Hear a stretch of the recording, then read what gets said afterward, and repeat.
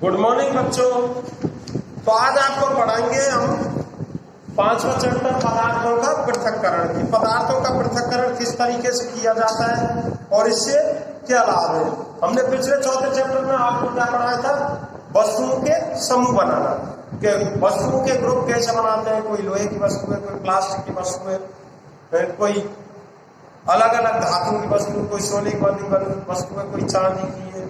तो अलग अलग धातुओं की बनी हुई वस्तुओं को समूह बनाना या अलग अलग चीजों की वस्तुओं का समूह बनाना।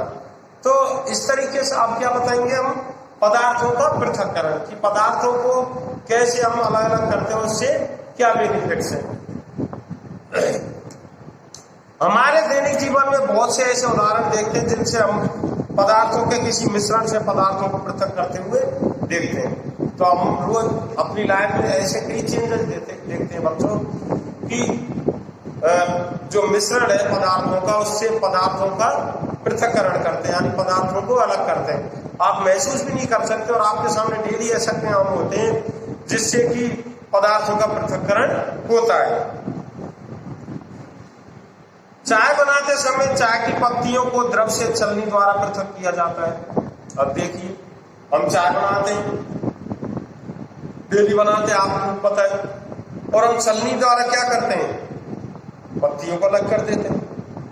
अब ये क्या हो गया, पत्तियों का जो कचरा है, पत्तियों का जो अवयव है, पदार्थ है, इसको अलग कर दिया किससे, चाय से। फसल कटाई के पश्चात अनाज को भूसे से पृथक करते हैं। अब जब हमारी फसल कटती है, क्रॉप कटती है, गांव में आपने देखा होगा, तो हम क्या काम करते हैं, सरसों कटती है। अब सरसों कटती है तो उसको थ्रेशर में होकर निकालते हैं, फिर क्या करते हैं, सरसों अलग हो जाती है और उसकी तुड़ी अलग हो जाती है। ऐसे अनाज का भूसा अलग हो जाता है और अनाज अलग हो जाता है। मक्खन को पृथक करने के लिए दूध या दही का मंथन किया जाता है। अब घी निकालते हैं, मक्खन निकालते हैं ना, गांव की बच्चियां होंगी कई आप में से, तो मक्खन में से, दूध में से मक्खन निकालने के लिए हम क्या करते हैं, दही को मथते हैं, ऐसे मथाई करते हैं दही की, रई से, या आप इससे मान लीजिए, इससे आजकल जो है ग्राइंडर, मिक्सर, ये मिक्सी से तो घी निकालते हैं, मक्खन निकालते हैं।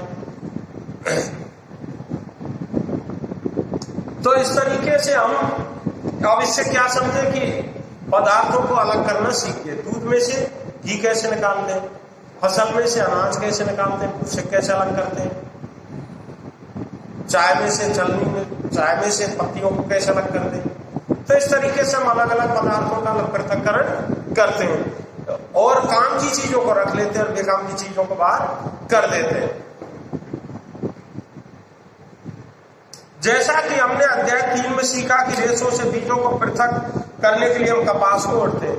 अब रेशों से बीजों को पृथक करने के लिए हम क्या करते हैं, कपास को ओढ़ते हैं।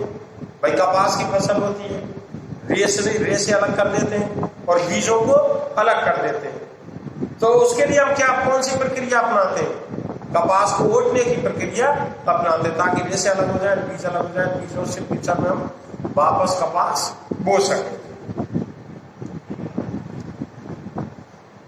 कदाचित आपने नमकीन दलिया अथवा पोहा खाया होगा।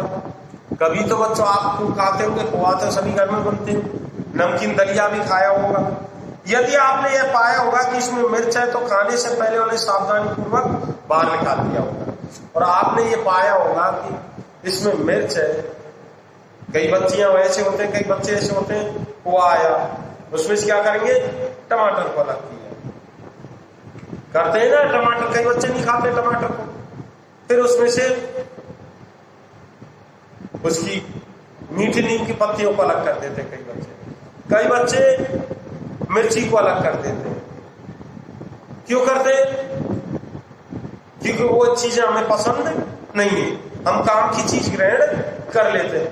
बच्चियों के लिए पोहा मायने रखता है, मिर्ची वाला तो बिल्कुल ही मायने नहीं रखता, मिर्ची तो खाती नहीं। तो आप में से कई बच्चियां टमाटर अलग कर देती हैं, मीठी नीम की पत्ती या मिर्ची अलग कर देती हैं। कल्पना कीजिए एक टोकरी में आम और अमरूद भरे हैं, आपसे इन्हें पृथक करने के लिए कहा गया। अब इमेजिन कीजिए एक टोकरी में आम और अमरूद भरे हैं, अब इनको अलग करने की कहें आपसे, तो आप तुरंत अलग अलग कर देंगे क्योंकि इसमें टाइम नहीं लगेगा।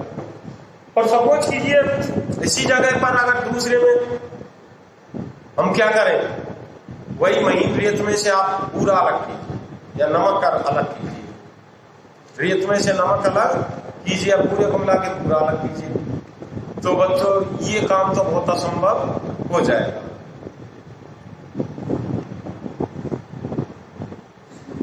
तो इस तरीके से किसी कल्पना कीजिए टोकरी में आम और अमरूद भरे और आपसे इन्हें पृथक करने के लिए कहा गया है, तो आप क्या करेंगे, इसके लिए आप एक प्रकार के फलों को उठाकर किसी पृथक बर्तन में रख देंगे। क्या यह सही है? तो एक प्रकार के फलों को उठा के किसी दूसरे बर्तन में कर देंगे, चाहे आम और अमरूद की टोकरी में आम को निकाल देंगे, चाहे अमरूद को निकाल देंगे, तो अलग अलग हो जाएंगे।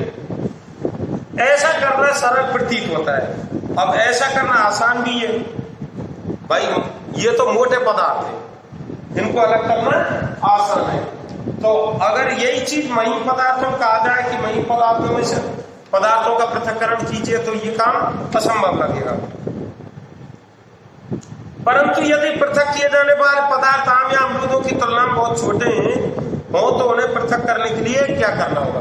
परंतु तुलना कीजिए आम या अमरूदों की तुलना में पदार्थ बहुत छोटे हो और कहीं का अलग कीजिए, तो इसकी बजाय वो काम बहुत कठिन लगेगा। कल्पना कीजिए यदि आपको रेत और नमक के मिश्रण से भरा कोई गिलास दिया जाता है, तो मिश्रण से रेत के कणों को हाथ से बीनकर पृथक करने की सोचना भी असंभव है। अब रेत और नमक मिला दिया जाए और कहें कि नमक को अलग करो, तो हाथों से नमक अलग हो सकता है बच्चों? ये तो असंभव है। बजाय मोटे, अब हमने आम अमरूद में से आम अलग कर दिए, आसान काम है। लेकिन वही चीज हम महीन पदार्थों में करते हैं, रेत में नमक मिला कहें कि हाथों से अलग करो, तो ये काम तो बहुत असंभव है।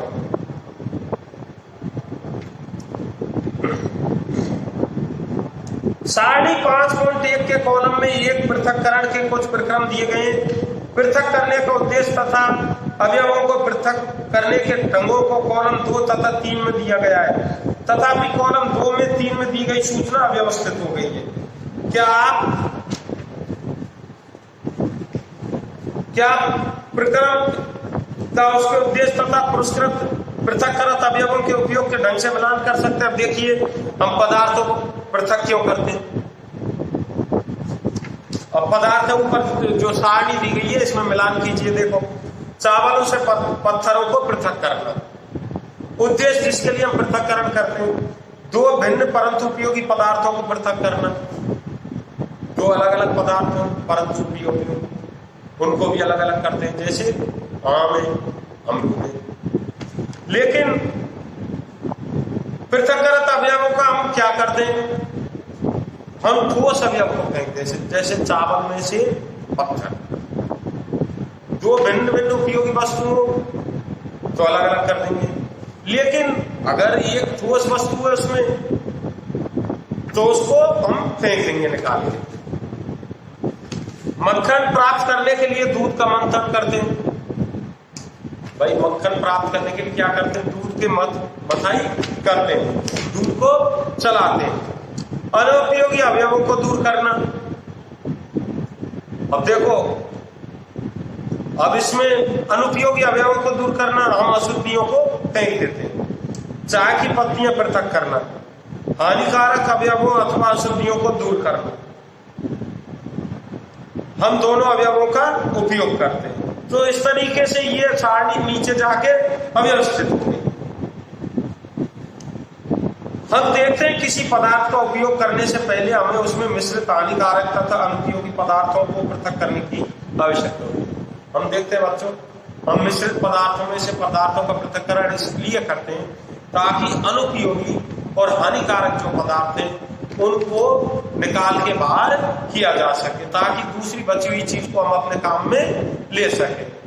जैसे गेहूं में से पत्थर, चावल में से पत्थर, दाल में से पत्थर, तो उपयोगी चीज तो ये दाल है, अनाज है, और पत्थर अनुपयोगी चीज है, तो उसको निकाल के फेंक देंगे। कभी कभी हम उपयोगी पदार्थों को भी पृथक करते हैं जिनकी हमें अलग से उपयोग करने की आवश्यकता होती है। कभी कभी दो ऐसे भिन्न भिन्न पदार्थ होते हैं जो दोनों ही हमारे लिए उपयोगी होते हैं, लेकिन दोनों को ही पृथक करना आवश्यक होता है। पृथक किए जाने वाले पदार्थों के कणों के आमाप अथवा द्रव्य भिन्न हो सकते हैं। अब जो अलग अलग पृथक जो पदार्थों को पृथक करेंगे अलग अलग, तो उनके माप या उनकी साइज अलग हो सकती है, द्रव्यमान उनका अलग हो सकता है। जरूरी नहीं कोई दो एक जैसे पदार्थों को अलग करें, नहीं, दो एक जैसे पदार्थ हुए तो अलग ही क्यों करेंगे। दो भिन्न पदार्थ जो उपयोगी हो उनका साइज भी अलग हो सकता है और माप भी अलग हो सकता है, वजन भी अलग हो सकता है। ये पदार्थों की तीन अवस्थाओं जैसे ठोस, द्रव और गैस में से कोई भी हो सकती है। अब पदार्थ की तीन अवस्थाएं होती हैं बच्चों, एक तो ठोस, एक द्रव और एक गैस। पानी के तीनों रूप आ सकते हैं हमारे सामने। देखिए, हम फ्रीज में रख दें, बर्फ के रूप में पानी क्या हो जाता है, ठोस रूप में आ जाता है। लेकिन उसी पानी को हम बाहर गर्मी में रख देंगे बर्फ को, तो वो द्रव के रूप में हो जाएगा। लेकिन ज्यादा टेम्परेचर पे उसको उबालेंगे तो वो गैस बन के या भाप बन के उड़ जाएगा। तो पदार्थ की कितने रूप होते हैं, तीन रूप होते हैं। पदार्थ की कितनी अवस्थाएं होती हैं बच्चों, तीन होती हैं, ठोस, द्रव और गैस।